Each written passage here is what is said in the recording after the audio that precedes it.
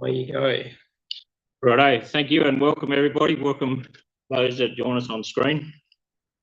We acknowledge the Far West Coast Aboriginal peoples who have nurtured this country and supported us for thousands of years. We pay our deep respects to the elders past and present and emerging, recognising the connection to this land and the continued cultural heritage value.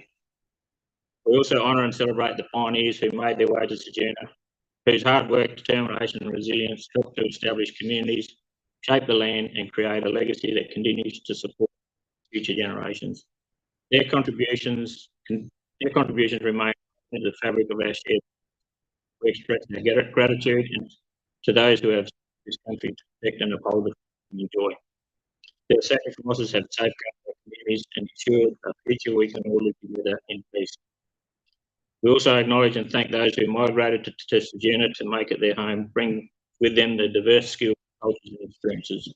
Their contributions have enriched our community, helping to build and strengthen the fabric of life here. Today we recognise the connection to country held by all people who live, work and care for this land. We share a commitment and responsibility to preserve, respect, nurture it, united in the spirit of community. May we each draw inspiration from those who came before us while building a future for generations to come. Righto. Apologies. So, Mayor Maynard and Councillor Janet Evans. And we need to confirm the minutes of the last meeting, which is held on the 17th of June. Anyone want to do that? Yeah. Ali, Michelle. Thank you. All in favour? Those against? It's carried. Thank you. Has everyone's had a chance to look at the agendas? Has anyone got any identified general, perceived or conflict of interest? No. Elected members report.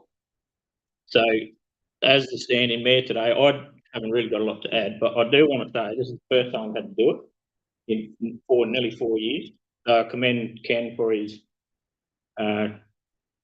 dedication to it. It's not an easy job. It sounds easy, it looks easy until you sit up here. So, yeah, and all the elected members. Yeah. So should someone move that? That's my mayor's report. Move Murray. Second. Those in favour? Those against? Carried. Elected members report. I attended the monthly PAC meeting, and then I was later on at the consultation regarding the budget. And unfortunately, I didn't help the numbers very much, but at least I turned up after I finished the other meeting. That's all for me this month. Righto. Yeah, thanks, Robbie. Yeah, 3rd of July at our RDA meeting at Cleve. I won't comment on too much of that at this stage. We'll wait till a later date. And on the 8th of July, a public consultation at 6 p.m. And yeah, well, hell, it was a big crowd here. Unbelievable. Joyce and myself and Bella. And of course, right. So obviously we're doing a good job, or the public, yeah, I don't know. We'll work on the corner anyway. We're doing a mighty job. Thank you. Mr. Ryan, Hayley, you got anything? I wasn't able to attend the community consultation sadly because my son was playing football in representing the league.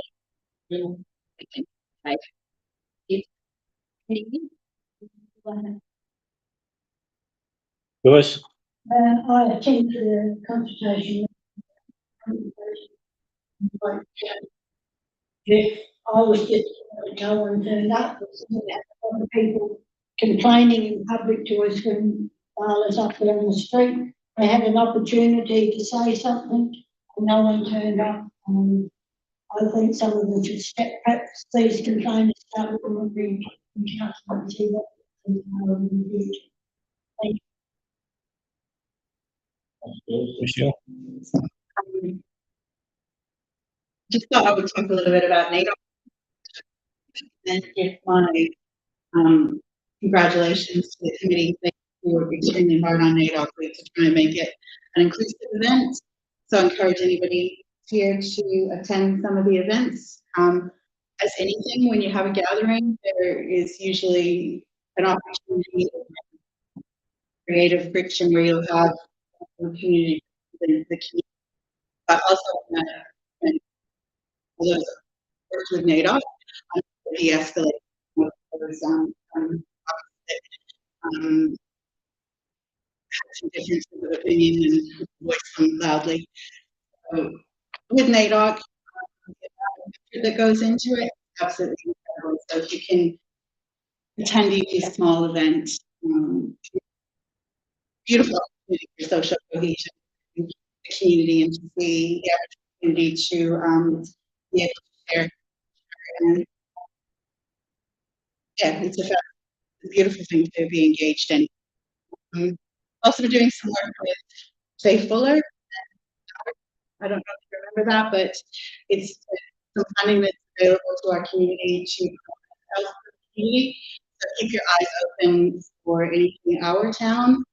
That will be an interesting venture moving forward, and for community input for that. So you'll see that on social media and in the advocate to see when those consultations will be open to public. Thanks, Michelle. Murray? Yeah, I've not much to report. I was away in the holidays. A little bit disappointed to hear that no one turned up to the public consult, but I guess we can have the comfort that everyone must think we're doing everything right, and put trust in us. So, with all that, that's good going forward. That's good. Thank you. Someone like to move that? That the elected members been received and noted. Rhino and Mario, thank you. All those in favour? Those against? Carried. Questions on notice. I'm not going to go around and ask everyone individually. So, does anyone have any questions on notice? Put your hand up. Yeah. Oh, without notice. Sorry. Oh, deputation. Sorry, I'll skip a couple. True. Yeah, I have. Deputations or petitions don't look like we've got any. Public questions without notice. Don't look like we've got too many. Questions on notice. There's no questions on notice. There's no questions on notice. Questions, yeah. About notice.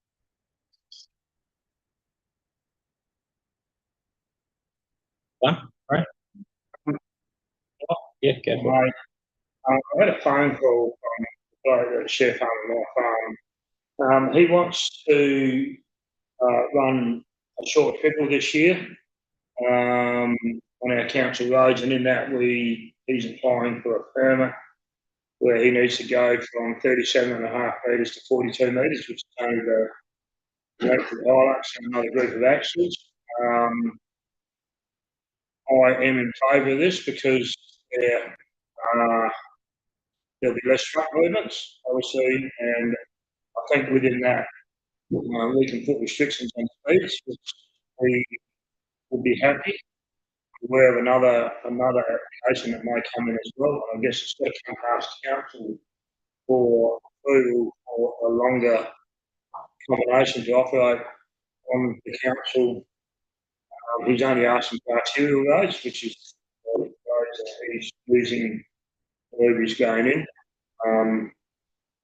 We're probably looking at the biggest harvest in history at this point in time for this council area, and I do think that anything that we can do to help get the grain in with less truck movements and maybe slower ground speeds can only be beneficial to our roads. So I'm just like to ask a question about that, whether we can support this going forward somehow. What's the bit? Yeah, you happy to address that, Well? Any PBS permit which there is the creative signals, roads, stipulates. So there's an individual thing. Generally, probably something that's myself. The managers should sit down and work out whether we want to take that risk. It's probably, unfortunately, it's a bit short term. You know, it's got to go through the PBS system first and then through the council. So They will be screwed with any time. What's the EPS? Yes, that's a certain system. Like you said about the 36.5, that's a certain system. So I guess it's started coming to us everywhere. Trucks are getting bigger, farms are getting bigger, people are probably getting more efficient. I can see personally being a truck driver on a farm myself, that some of these combinations are only beneficial for the roads going forward and the Gillespie, but if you get those, it's only bad. This combination will come in and it'll be weighed up accordingly, I suppose. Yeah, any other questions? We had a discussion about this, I think, last meeting where we were gonna think about 70 Ks. But it's not quite into it. Apparently it's only 70 Ks now, isn't it? Isn't the sign saying 70 Ks? each permit, once again, you got to assess each permit. It's a matter of policing this. And I don't think that do go. You know, some of the policing isn't work. We can say that on police. You can put any stipulation in. You know, there's another one with rain. Obviously, at the moment, that's right up there as well. Is it 70 Ks at the moment? Each permit is different. It's assessed by itself.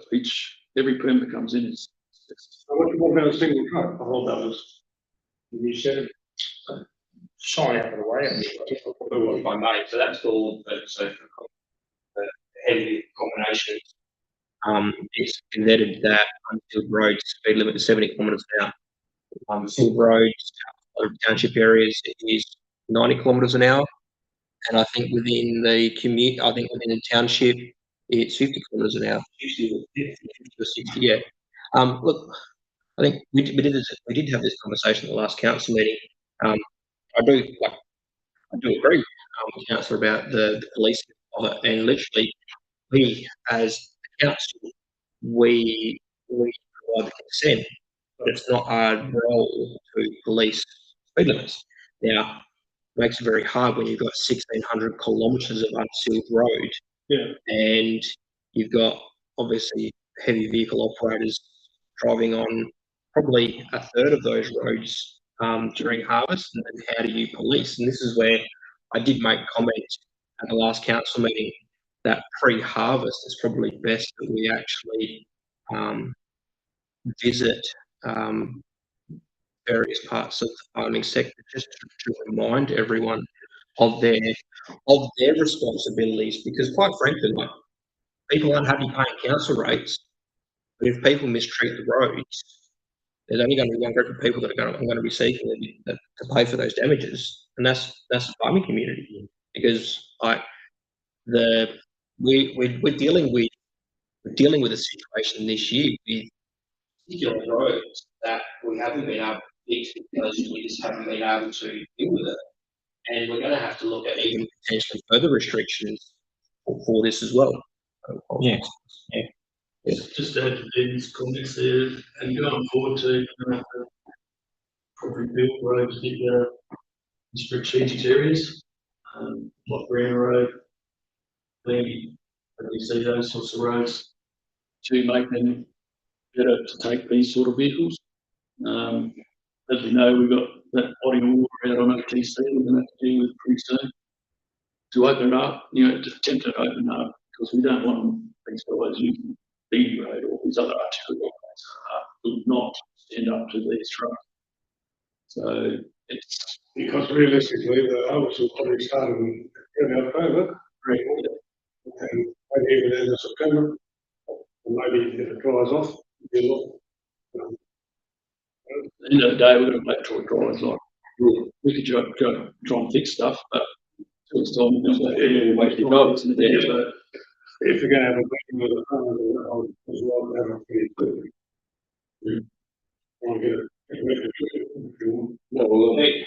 Just on so as far as the permit goes, there's a process to go through, and they'll come to not the end of the council, they'll come to council in due course. They'll just roll out. Then, in regard to speed limits, thing like, is it worth us doing some media Or, I know we talked about a meeting with farmers. Was it the police's job to do it? Yes. I guess it is, So we're yes. gonna speed limit. advise them that they should maybe pick a couple and do that. Because I think he can space. But I think if everyone gets some correspondence or media, we do some proactive media on it, maybe people might slow it down a bit, but I think a lot of people need to be fined before they start taking notice. Right? Yeah, we talked, like Ben I said, we talked about it last meeting. And I think we're gonna have to, go to these front walks. Back, Mark and Ben's got time, if you haven't gone to send Mark out there and a couple of us councillors there, back him up and say, look, no more than 70 k's on any dirt road.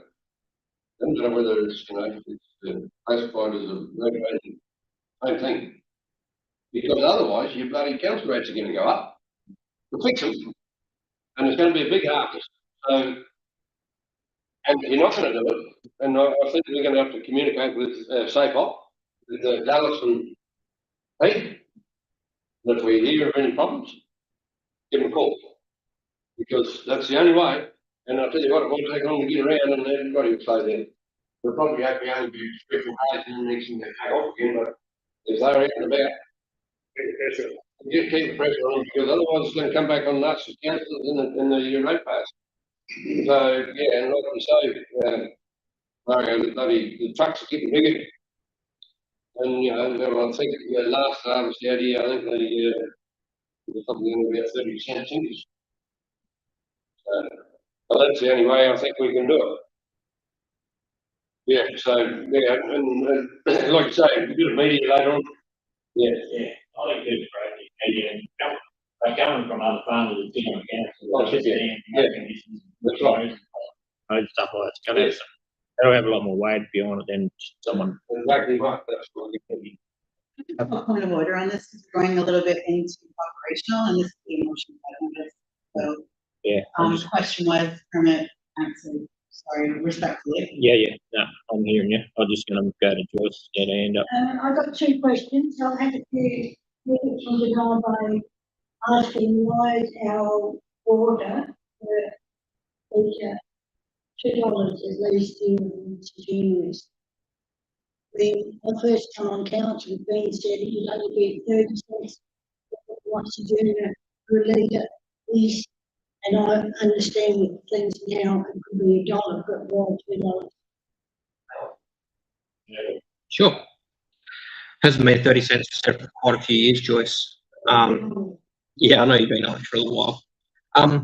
So, person lives in Ceduna, that's on SA Water as a residential customer, pays water on a three-tier pricing system.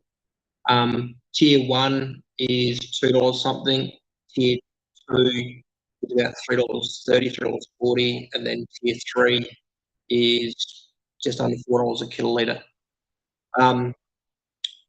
Council gets all of its water for the Water West scheme from SA Water, and we are considered a commercial customer of SA Water.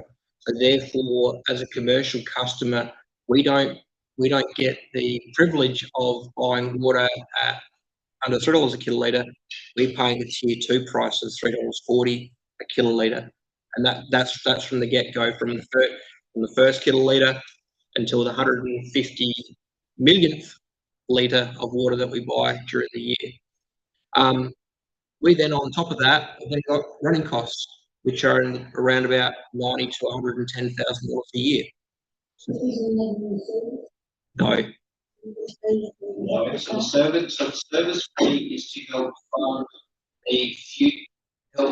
partially fund future replacement of pump stations and header tanks, pipes and water mains that be replaced.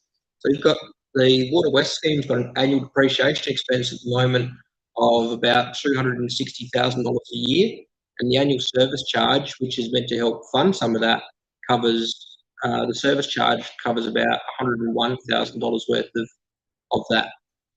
The operating costs, which is the staff going out there inspecting pipelines, going out dealing with issues with leaks and all of that, and the electricity and all of that, that operating cost has been for quite a few years has been basically added on top of the purchase price of the water from SA Water, and that's where we've come to that. And every year when we review it, what is the appropriate amount that we have to claim? This is the whole Water West scheme.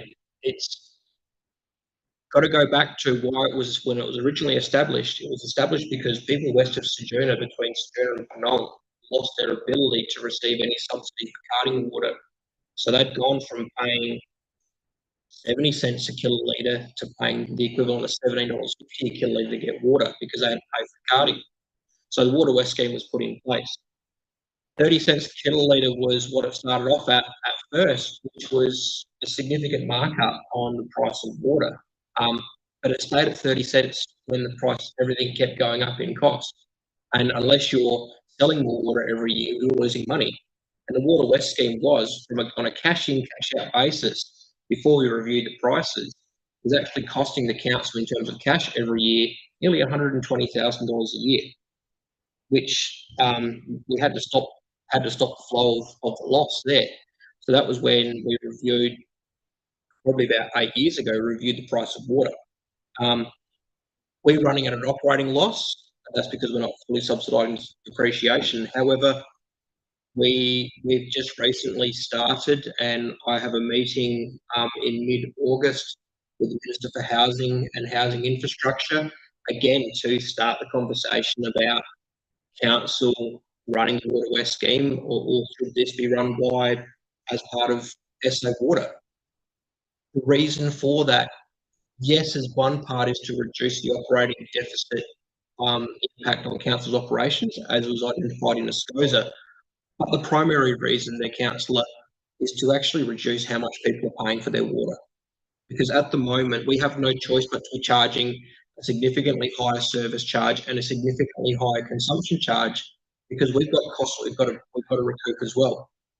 And so really, the idea for me, the whole time we've been trying to get the government to take, or SA Water to take over the Water West scheme, is to save the customers on what they're charging, because it's difficult to have a conversation with someone that's less than 300 metres away from the SA Water main, and they're paying 50% more for their water than someone that's only maybe half a kilometre away. And so, yeah, this is part of it. So hopefully you can go back and tell those people in Penang Way that's the reason why. Thank you for that. Now, the other question is, this council, to me, I consider we need three important people: the CEO, the works manager, and the finance officer. Now that Ben is the CEO, why haven't we applied for a full-time finance and qualified finance person for the position? I'm not actually, but I believe that's operational. So what you're saying, this council doesn't need to have a finance officer? It has two graduate qualified people working. Two part-time ones and not full-time. Councillor, with all due respect, you employ me as the CEO. It is my responsibility and my decision of who I employ underneath me. So therefore, we had Councillor Jacobson talk about point of order, about getting it operational. Councillors, your responsibility and your role is for me, and it's then my responsibility for who is employed underneath me. And I believe that we have the appropriately employed people at this point in time. Thanks, Ben. Thanks, Joyce. I think everyone's had a chance. No more questions. We'll move on to motions without notice. No motions without notice. Cool. I have one. Oh, you do? Sorry. It's slow. Me. Sorry. I'll be quick. Just in light of the conversation we were having before in regards to the roads, just a quick motion without notice. The council may consider the viability of putting a report together on how we're going to mitigate the risks of weather damage to the road, and maybe a public education piece on how people who are using those roads, whilst they are in a fragile state, or I don't know if fragile is the right word, Could we work on some media, social media, or some education pieces on how we mitigate any risks for road usage? Have I butchered that, or? Is that, Have you not written this down, Michelle? I did, well, I did, but then I reread it. Condition of the council managed roads likely to experience increase in heavy vehicle and agricultural traffic. Any planned maintenance or risks, mitigate measures to protect the roads. And community education and communication campaign promoting safe shared responsibility and practical measures to help preserve council roads and infrastructure during the harvest period.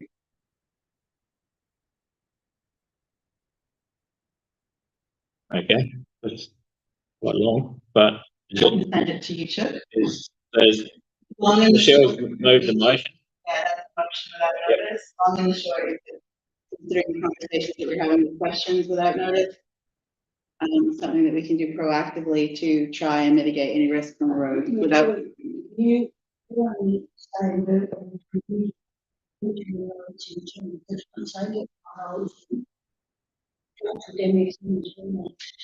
Well, at the moment, my motion would be to, yeah, for our council roads and to media communication around how to mitigate risk on those roads, like the speed limit. I don't think so. If Michelle's moved the motion, we just need a seconder and then we'll vote, I reckon. Do you want me to read it again? Is it making sense? Read it again, please. That the council research the viability of doing a report around the roads with the increased heavy vehicle and agricultural traffic due to the possibility of having a wonderful harvest. Any planned maintenance or risk mitigation measures. Opportunity to work with contractors and relevant authorities, and a community education piece of communication promoting safe road responsibility for usage on the road.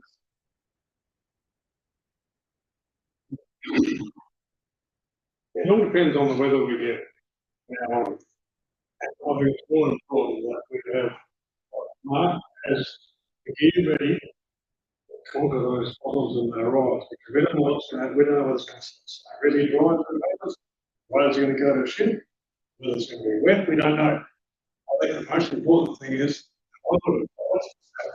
council should have that gear, as being notified that if there is a situation that's going to get a rain in the middle of harvest or just before harvest, all those main river roads should be done. I think that's something you can do, is have that gear there ready to conquer these problems with that road. So we're going to have 2 weeks after the rain, and say, well, we're going to do this right. I don't have a seconder for it, so, It's more important, in my view, than that this guy. You can't go driving by roads. It's not why you can make it. Michelle, I think Michelle, correct me if I'm wrong, but your point was to raise awareness and do some proactive media around, Yeah. not necessarily the maintenance. No. No, okay. So, I can shorten it down because I wrote that really quickly. A community education and communication campaign promoting safe road use to mitigate risks to people using the roads and to help preserve the roads, considering the condition of our roads at the moment. yeah, I'm happy to support a media campaign around this, but I have full confidence in the council are doing the best of their ability, what's going on now. What they are doing the best of their ability to get these roads sorted before harvest. They got a few turnbuckles thrown over at the moment. I don't have any issue with what's going on. I've got full confidence in what's yeah, so again, going on. yeah, so again, I'll point to Michelle's motion, which is raise awareness, like you're moving a motion, or Right. council to proactively raise awareness on the conditions of the road, current conditions of the road, and looking after it. Does anyone else got any questions, Harry? Do you want to make any comment? Talk to it. I was going to second that. First, information was a little bit. I got a bit excited, right? Vague about getting a report, reliability of a report. It's very vague, but I like that one. So if you, information that we can read. Community education and communication campaign promoting safe road use, shared responsibility and practical measures to help preserve council roads and structure during the harvest period. Yeah, Given the- you happy with that as a motion? Same with every road, before. Have we ran it yet? Communication and community education and communication campaign promoting safe road use, shared responsibility and practical measures to help preserve council road infrastructure during the harvest period, considering the condition of the roads at this time. That's the third time I've read it the same. It's a little bit stuttery each time. Michelle's moving that.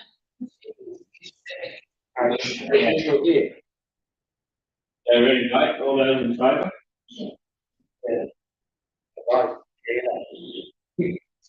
Keep on those against? Yeah, keep on moving. There we go. Any more motions about that? Correspondence. No.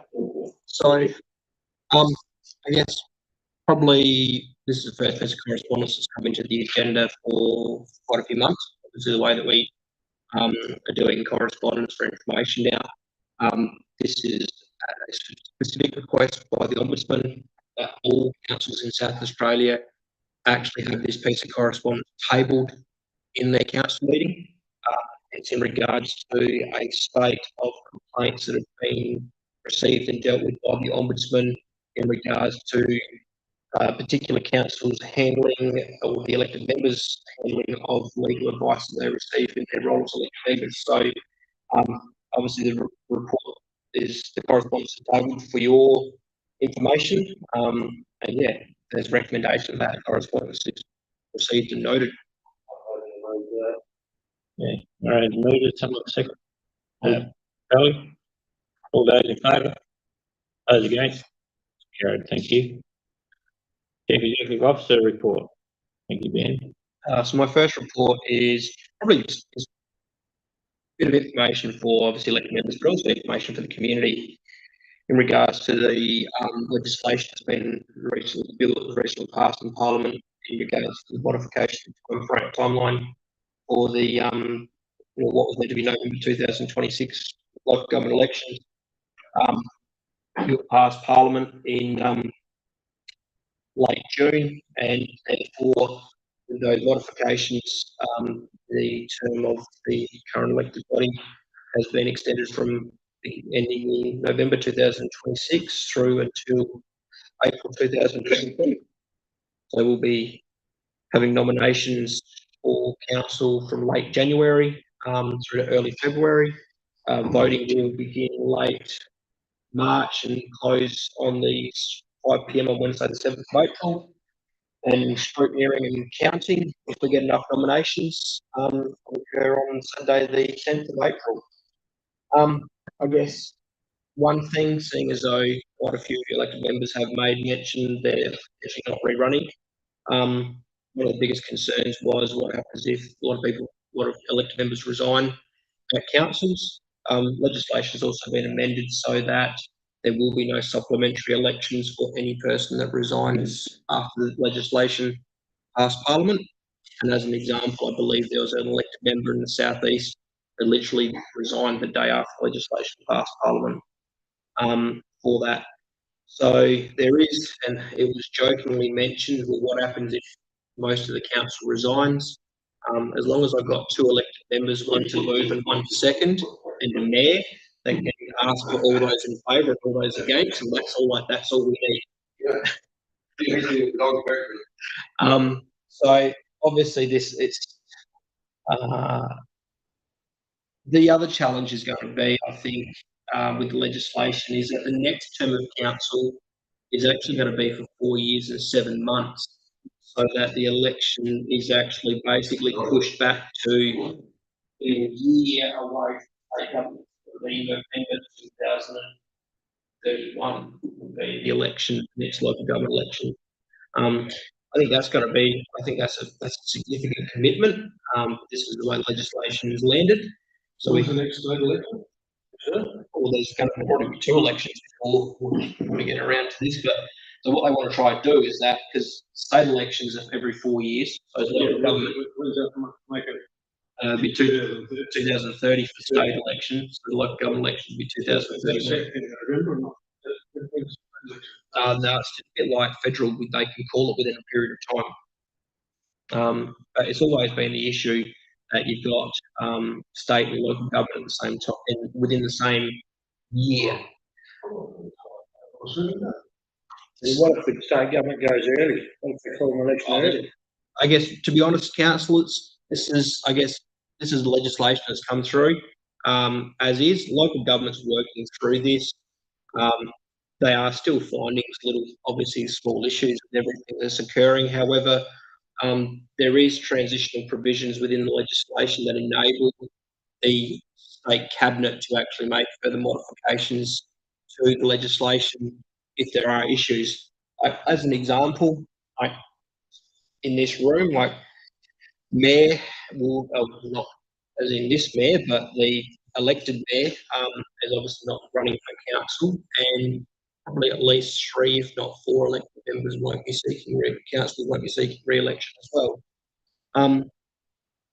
Basically, the election's going to occur probably 3 or 4 weeks after we should have started budget proceedings. So one of the challenges is that council staff are going to face next year is that I potentially might have to start the budget with one set of councillors, and then a brand new set of councillors come in, and they're either going to have to accept what's already been considered, or there is a significant risk that they go, nah, let's start the process again. So this is Here it says that Australia has a fixed 4-year parliamentary term. State elections held on the 3rd Saturday in March every year. At the third Saturday in March is the next election, and that would be in 2030. correct.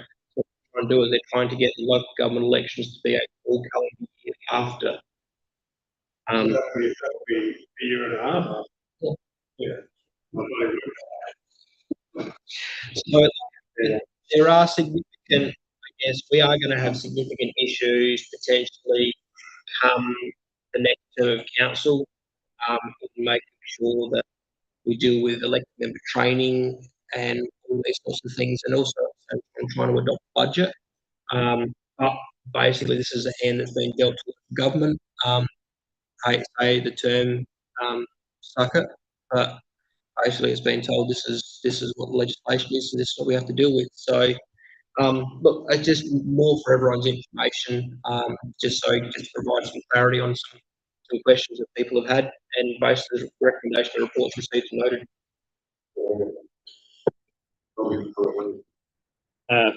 Sorry, Ronnie.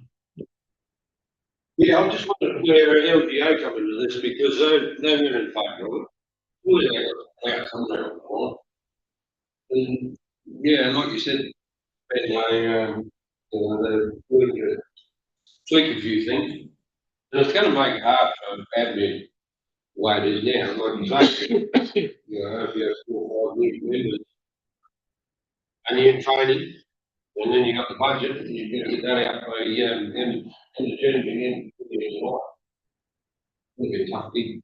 It is a tough gig for these guys. Look, that's what I'm saying. For admin, it's going to be really tough. Understand that. I think the local government association really did push for a 12-month extension. I know, yeah. So Mayor Maynard and myself, we sat in on a presentation where the Minister for Local Government and the LGA President were basically, it was sort of a Q&A. And obviously there was a lot of people asking from the Minister why wasn't there a 12-month extension. And I guess what would have been a 12-month extension on this term, but then it would have been a 4-year term. That's right, yeah. I guess I think government was concerned that slapping an extra 12 months onto four-year term, very close to the end of the four-year term, probably would have seen more resignations in that 12 months, as if they'd I guess, gone for a shorter period. I guess when they chose the April date, they were really working back from the dates that have to lead up to. So when does your voters roll close? When do you start accepting nominations? Things like that.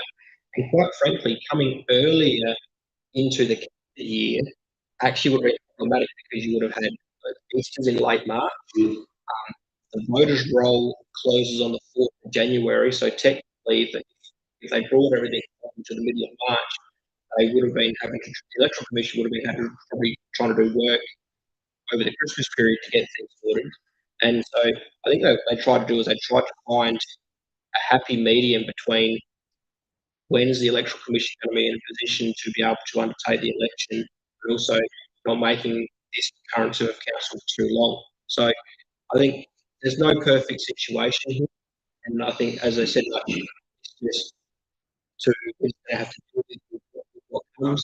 Obviously, I made quite clear my concerns with the CEO and the president of the LGA in regards to the next term of council, also with the longer term as well.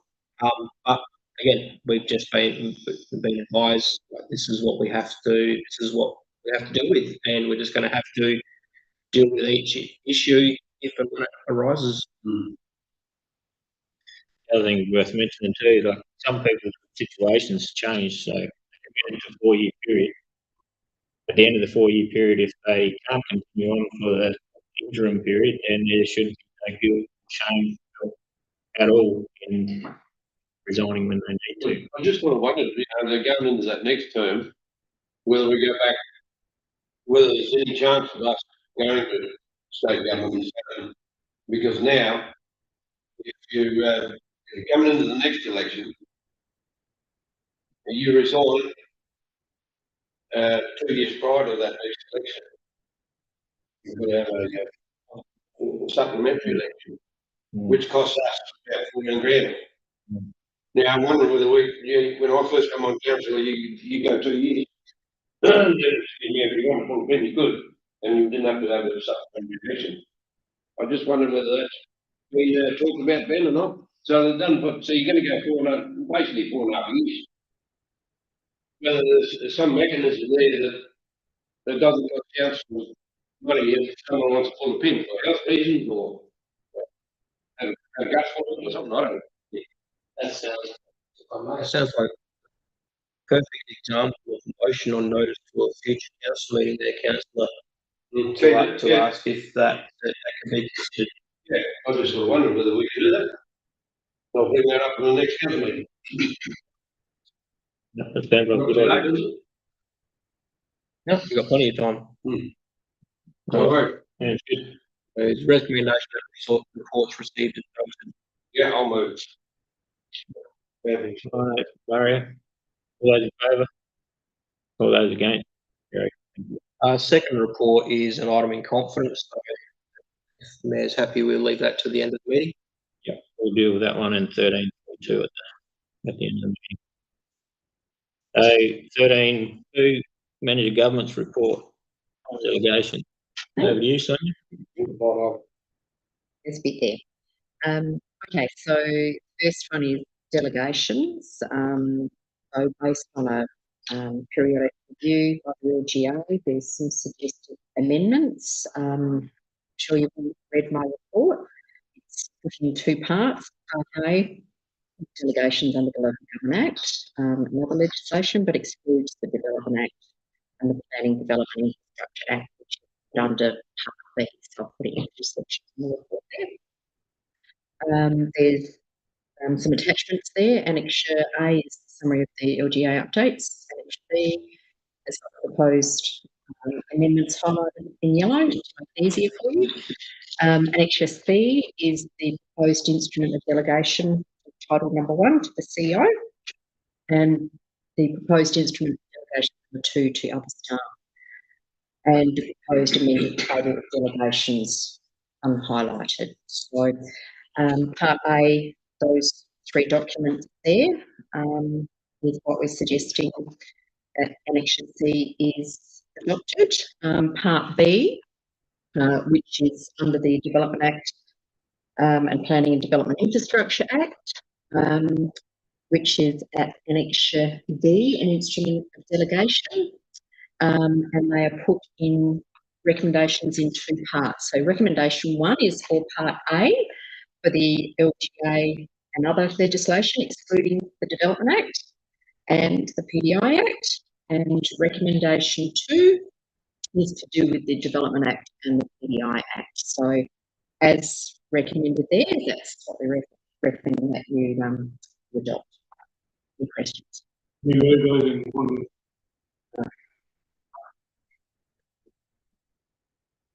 So there's recommendation number 1. I can read that out, or you're happy to? Yeah. Maybe move it, Darling. Do you want to read that recommendation? Yes. Yeah. Okay, recommendation 1 is that council grants the delegation of power and functions of the council to the CEO and anyone acting in the position of CEO, as outlined in the instrument of delegation Annexure C, instrument of delegation number 1 of 15th July 26, and that council grants the delegation of power and functions as outlined in Annexure C in the delegation number 2 of 15th of July 26. That is recommendation 1 for Part A of the report.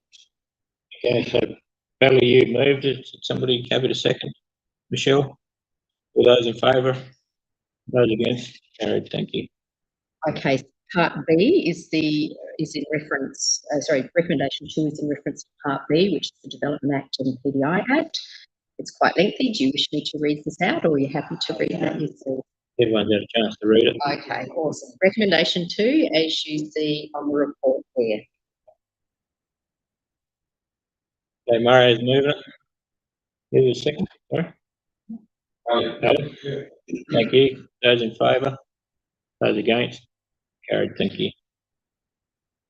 Okay, second part of my report, we actually have Paul Kelly from Norman Waterhouse in the waiting room on Zoom to join us in case you have any questions in reference to the draft council bylaws that were out for consultation. That consultation period had finished. Now, there's a number of documents here. I've gone through the alphabet on the annexures, as you can see. So Part A is copies of the proposed bylaws, and we have 5 of them. We have permits and penalties bylaws, movable signs bylaw, the local government land bylaw, roads bylaw, and waste management bylaw, all dated 2026. They are Annexure E through to Annexure I. Now, as a part of considering the bylaws, we had to go out to consultation. At the conclusion of that, we didn't actually have any submissions received from the public on that, advised. The next step is that it needs to be adopted by council. 2/3 of the members need to be present. You also need to consider a national competition policy, and a report has been prepared by Norman Waterhouse, and that is annexure to the reports, Annexure J to Annexure N, which is a requirement under the Act that you prepare those reports. Another requirement under the Act is reporting by the Legislative Review Committee on the bylaws, and they've been attached at Annexure O to Annexure F. Another requirement under the legislation is that we need to have a solicitor's certificate of validation for the bylaws, which we've combined in Annexure T, all those wonderful documents that you've had in front of you there. Any questions so far? Anyone got any questions for Sonia? There's a lot of speed we can go. Sorry. So, That's back to I'm creating a lot of reading. Paul Kelly for that. Now,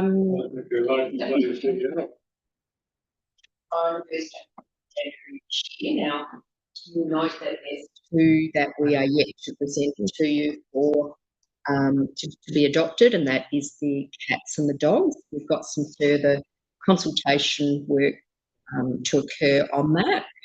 So we'll present those at a later stage, but there's the 5 there, as you can see, in front of you.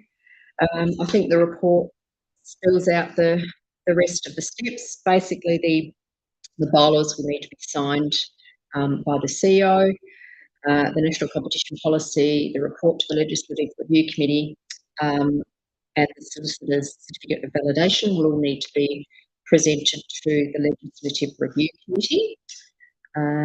That is the next step, and it will need to be gazetted with the adoption of the bylaws. Can I ask the CEO if he's involved with the way that this is going? Has he got any more responsibility than what he had before? While recommending this? So we're talking about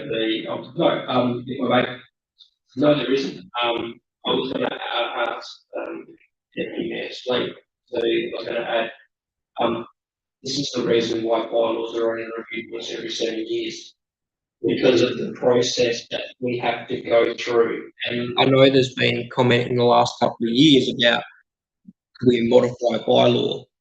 This whole process has to be followed for any modification. Like it's a significant volume of work that any council has to undertake to review a bylaw. But yeah, this is a process that has to be followed. Do you think it's fair that you could have more than We're actually on a different report now. Yeah, this is the bylaws. Yeah. Delegations we've dealt with under some of the delegations we wish to amend. Delegations are given to staff under the bylaws, but we haven't considered them today. We haven't revoked those. We've just done some amendments to the existing delegations under those other 2 pieces of legislation, Local Government Act and the Development Act and PDI Act. So I guess go back to the question on notice from Councillor Brewster. Your elected members, you have 1 employee of council, and that's myself. So therefore, you can only delegate things to the CEO. As an employee, you can only delegate to the CEO. You can only anything is to the CEO. It is then my responsibility to who I then delegate all actions to. And that's where Sonia then has to go through the process of modification of the sub-delegations, which again is another 2 folders full of sub-delegations as well. It's just part of the process that we have to go through, councillor. Yeah, and I understand there's a lot of reading and a lot of documentation. Correct.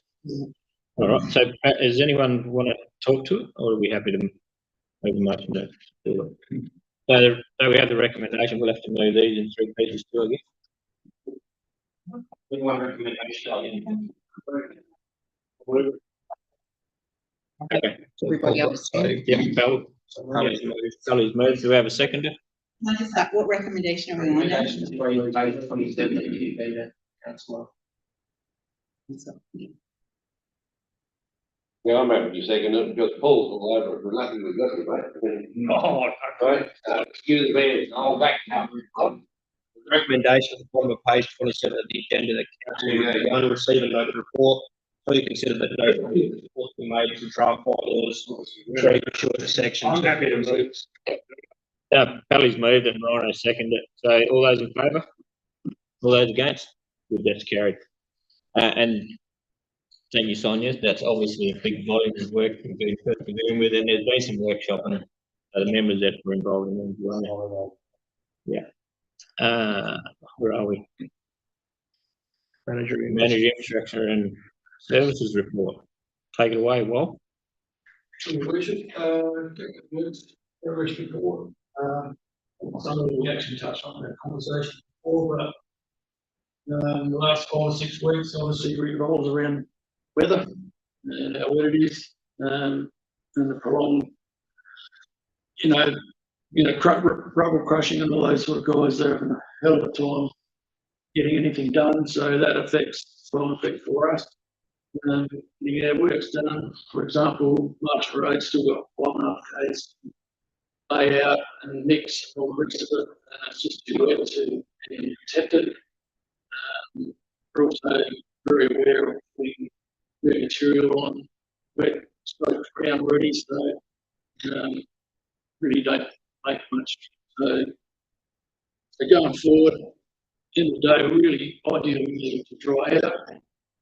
At the moment, that's pretty problematic. So, it's nice to get a bit of sunshine, sweet, hopefully, and maybe break it back into it next week. As the report goes, that's probably not very helpful for you guys where we're at, basically, and so all that flows on to that couple of works. Little brief on OTC. At the moment, council planning constructs the land bridge on Crown Road, section affected by the body of water. The proposed construction methodology involves placing geofabric with 60 mil rock and create a separation barrier from the existing water and road. Hopefully, at this stage, once we start it, we'll have to work through what we're doing and see how we go a bit, but we're pretty hopeful this will work and most likely have some sort of speed restriction in that area for a while. Once again, we really need to that body of water to dry out and go back and wait the job. Yeah, it's basically it. Anyone got any questions or comments? So that the monthly report that we get, the voting map seems to be all probably good. So the roads along with the work that's been done on the time yet. The last 2 or 3 monthly updates. It's meaningless to get a map of where the grading is on the accounts. Pretty quickly, it's just numbers.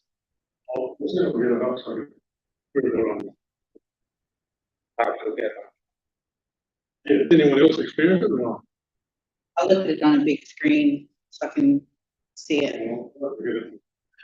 On a phone, I don't think it's much chalk, but definitely. Really, I just like to wait for the invoices to come in. I wait for the invoices to come in to see what's needed. So what's done might be. Yeah, but it doesn't, actually the lines on the map don't correspond with the roads. Like I've got to get it up. Where I want that. Something you take up with well after. I'll see after this. Ellie. So yeah, Murray. I commend Noel for what's been going on with all the headaches with the roads. I guess as elected members, we get a few questions asked to us, which I've portrayed on Mark about what's going on with roads, and it's a really easy answer for everyone. It's too bloody wet. He's got a tough gig ahead of him in the next couple of months because he's going to have to try and do really essential work in a very compressed time frame. We've got a harvest coming up reasonably close, as Councillor Brown said earlier, probably before start of October, and we need some dry weather to get some of this stuff. So thanks, Will, and we can just do our best to take this back to the ratepayers and what we're actually doing. And as Ben said earlier on, I think these lower cottonwood meetings are going to be very crucial.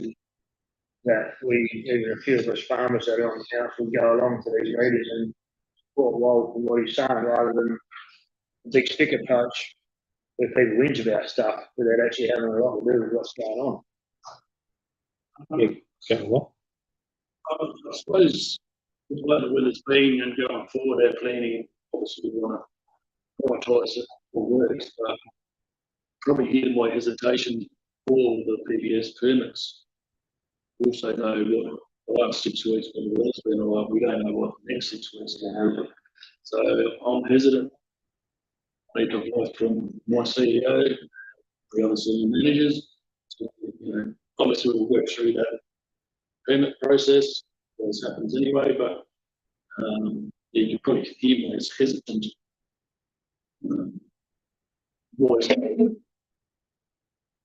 happened the last 6 weeks, what's going to happen in the next 6 weeks, we don't know. But at the end of the day, we're doing our best. Yes.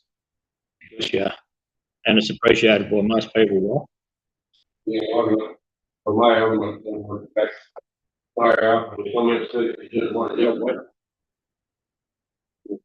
Taking it on, yeah. They will. right? Difficult times, Yeah, that's right. very good times, difficult times. You've never seen it so wet. I apologise for what I said, it's like it's a comment and then it sounds all lined up. Yeah, the one here, the Ben's opened up, lined up perfectly. Maybe it was just on the day. Yeah, no. First 2 weeks, first 10 days I read it, I just couldn't get it to, maybe it'll set itself now, you couldn't decide where the roads were, actually, now it's perfect. And I apologise, sorry. Good question or comment? So, question, has this grade map changed slightly, the, menu? Because if we used to see like what was graded in the last reporting period this month, Yeah, so it's that easiest way, but we've got numbers, month to month, once it's in the year. so where it's like yellow and it says roads graded this reporting period more than once, it says for July, and then it's got 2, 3, 4, 5, 6. Is that what you mean, those numbers? Oh, that's how many times?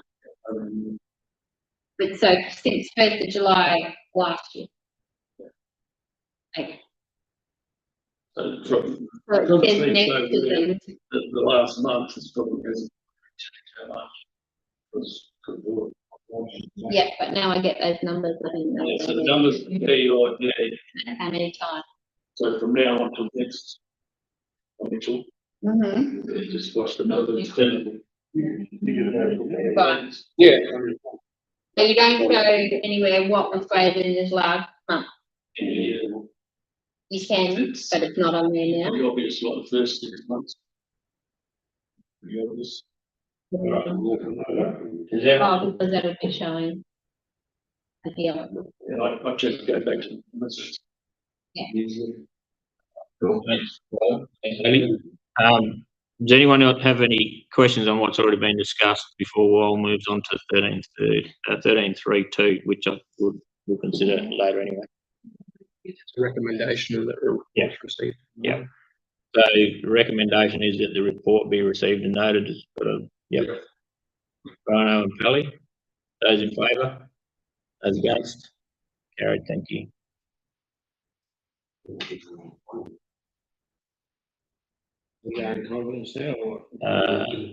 No, we need to find finance officer first. I've lost my spot, sorry. Yeah, so council, so Skinner's second report is also be considered in confidence, so move on to the next item is 13.4.1, Finance officer, annual business plan, page 350 of the agenda. 350. Okay, so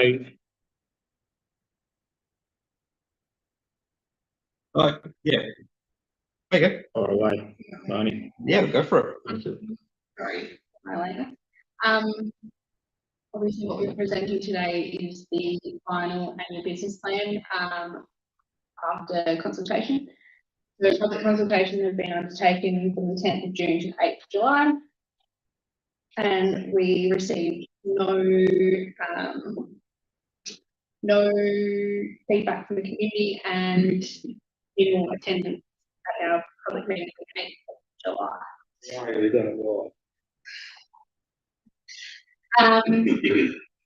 Obviously, there have been changes to reflect what's in the business plan was draft and submitted for public consultation, including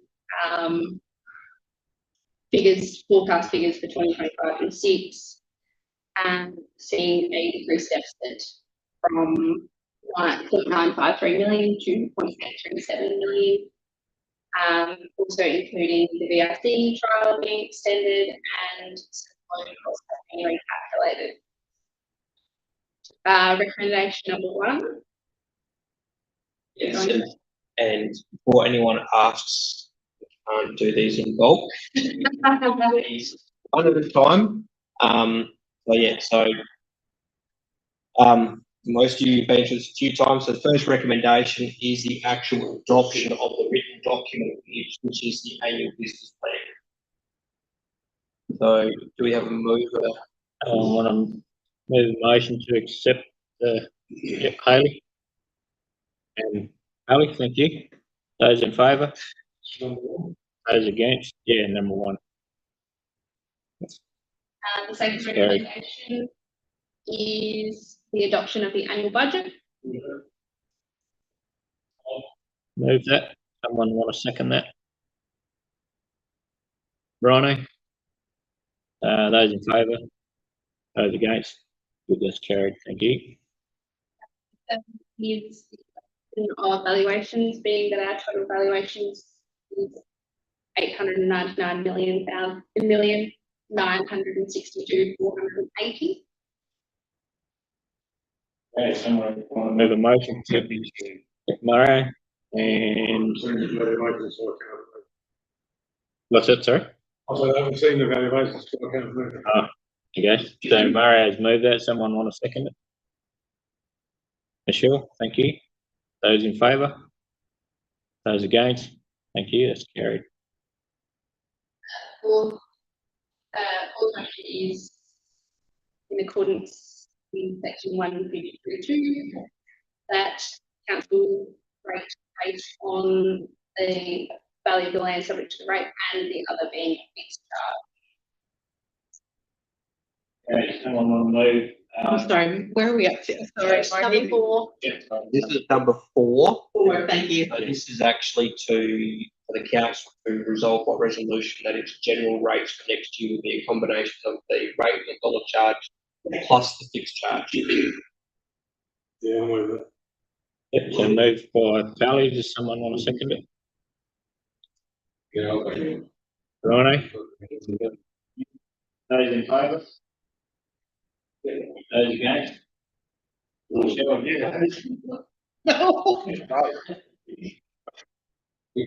In favour? Bottom of page 53. So the next one is recommendation 4.1.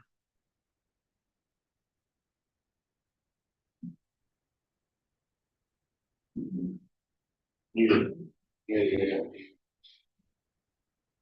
4.1 differential rating, the general rates component.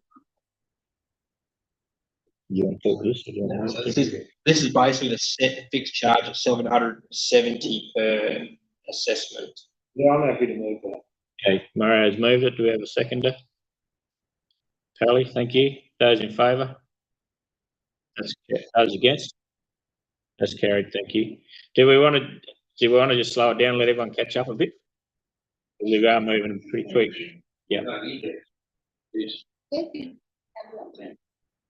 So we're up to 4.2 now, Marnie? 4.2, yeah. Differential general rate component 2.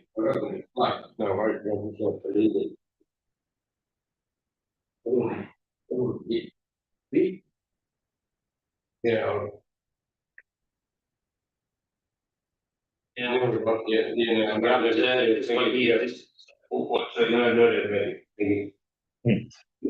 Worth every cent. Yeah. Yeah, so 4.2, so the differential general rates component, number 2. Do we have a mover for that? Yeah, right. Yeah. Yeah. Mario and Mario, those in favour? Those against? That's carried, thank you. Recommendation 5. Where we're at, this is council must by resolution resolve not to fix a maximum increase. This is different to capping. So it's something that it's a mechanism that we don't use, but we have to resolve that we don't use the mechanism. So recommendation 5. Mover and a seconder. Sorry, can you just explain that again? So there's a mechanism that allows you to fix a maximum increase, which is typically a maximum increase of a dollar value. And it's a mechanism that I don't believe any council uses, but we have to actually resolve the fact that we're not going to use that mechanism. And what does that mean effectively? So you could effectively fix that no rates will increase by more than X dollar. But then if you do that right now, then every resolution that's come beforehand would have to be changed, councillor. So we use the capping mechanism under section 1, the piece of legislation, but we fixed that we will cap the increase to a certain percentage. Whereas you could have a property that's charged $35,000 in council rates, and a property that's charged $350 in council rates. You have an increase that no one's increase is more than $400. So therefore, $35,000 rate don't go past $35,400, but the $350 rate can go up to $750. So a significantly different percentage. So we use the capping mechanism, which is basically relative to the rates growth in the previous year rather than a monetary increase. See what I'm getting at there, councillor? Yeah, I'm just not sure why we have to resolve on it. It's something that we've had to, resolutions have been in there every single year since I was here. Okay, so Has there been a general evening out of the variation in land and farm prices out there? Because I've heard some farmers saying that one of the farmers over, $400 and another end over $200. And they can't work out why there's that variation in land valuations when I thought the beneficial took the general value in the sales all around the area to get a general valuation. Can you tell me how that works? well, to be honest, councillor, this is not the appropriate time to be going through that. I'm happy to move that recommendation. Yeah, I second. All right, thanks, Sally, Mario, moved by Mario and Me. Ryan. Those in favour? Those against? So That's carried. So now we get to a couple we can do them at the same time. The recommendations are the recommendations both at the same time. The first one is to set the effluent service charge for the next financial year at 595 cents per unit. We agree on. The second recommendation is provides discretionary rebate rates to properties listed at Annex F. What that does is we charge in business plan we have a connected and a non-connected service charge. So the properties listed at Annex F are the non-connected properties. So they get a reduction in their service charge. So what the two resolutions combined allows us to do what's proposed, having the two different charges. Okay, everyone's, yep, so righto's your movement, right? Yeah. And Kelly, those in favour? All those against? That's carried, thank you. Number 7, Bin collection service charge. 223 and 70 cents. so by Haley and Rhino. All those in favour? Those against? That's carried, thank you. The water supply charge. We have 3 charges. We charge the 2 connected charges are in the top recommendation. The second recommendation, similar to the effluent service charge, provides a rebate to properties where the pipeline is adjacent, but they're not connected to the service charge. Same thing, this is the 3 amounts of the 3 basically working reverse back to what is recommended and was in the business plan. We're on recommendation 8. Recommendation 8, that's correct, councillor. Yep, so you happy to move that, Mario, the recommendation? Do we have a seconder? Joyce, thank you. Those in favour? Those against? That's carried, thank you. Number 9, how many holidays is it? Nearly there. Nearly there. The regional landscape level, we really don't have a choice. Do we? So someone Want to move yep, support the recommendation, that's Michelle, thank you. The seconder. Hayley, thank you. Those in favour? Those against? Let's move, thank you. Number 9, payment of rates. Number 10. Not 10, sorry. One, happy to support that. Yeah. Yep, and Michelle and Rhino.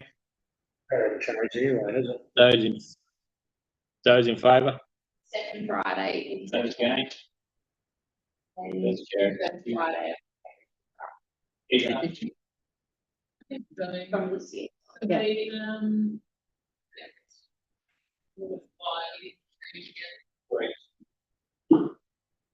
it's a rebate and a. So the three recommendations on the rate rebates under 11 and we go together.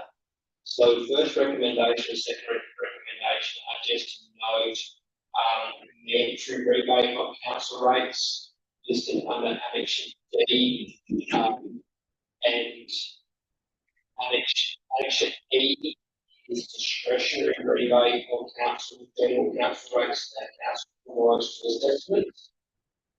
And then the third recommendation, that is the capping recommendation, whereby we using the specified I through BI are the requirements to have capping applied so that your general rates would not increase by more than 15.3% from the previous year. Doing all of them All those three can go together, yes. Okay, someone will move that. Yeah, Kelly, thank you. Seconder, thanks Hayley. Those in favour? Those against? Just carried, thank you. And number 12, fees and charges schedule. Recommendation. Someone happy to support that recommendation? Michelle?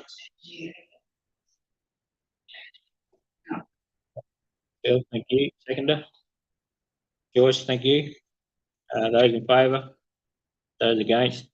That's carried, thank you. It's worth saying that there's a lot of work goes into this. And it's also worth saying that this council over the last 4 years, this council over the last 8 years has dealt with ridiculous price increases and trying to sell that to the community has been really difficult. And I think the staff and elected members have had to take a bit of flack when anybody that would look at the face value of what their own lives cost extra to run to what they cost now. 5 years ago, I think we're not in this for a profit, and I think people need to remember that sometimes when they have a swap with us. I think there's some really good work done by our senior staff and the elected members in this budgeting stuff. Just one more, you mentioned capital value too, and that's changed things around and then. These are massive changes. It has, you know, that's the effect. And it's Housing, way, housing, going and it's how Australia, basically. everywhere. Yeah. But the cost, council's basically run a business, not exempt from price increases, and it's been hard to convey it, but I think, yeah, we've done as well as we could hope for. Well, it's interesting, isn't it? Thank you. You do a top job. Thank you. Good one for you later. Righto. Happy to move on to strategic management plan and the adoption of. So along with the annual business plan, we've gone out for consultation at the same time for the asset management plan and the long-term financial plan. Changes that have been made included updating figures for the 2025-26 year and rolling over some progress. The recommendation is that council adopt the document as provided in Annex H. Anybody have any questions? Yep, moved by Cully, thank you. Do we have a seconder? Mario, thank you. Those in favour? Those against? That's carried, thank you. again, a big piece of work. Thanks to all the staff who's put in a massive amount of effort with that over the last few years. So we'll have to go into confidence now. The commercial and confidence nature of the next two items. So thanks for anyone that's been on the live stream and hung in there. We'll be closing down to go into confidence. So I guess, yeah, we got, so, item 13.1.2, page 16 of the agenda, there's a recommendation that, move into confidence. Need a mover and a seconder for that, Deputy Mayor? Yeah. Thanks, Hayley. Seconder. Thanks, Joyce. Those in favour? Those against? Thanks, Mario.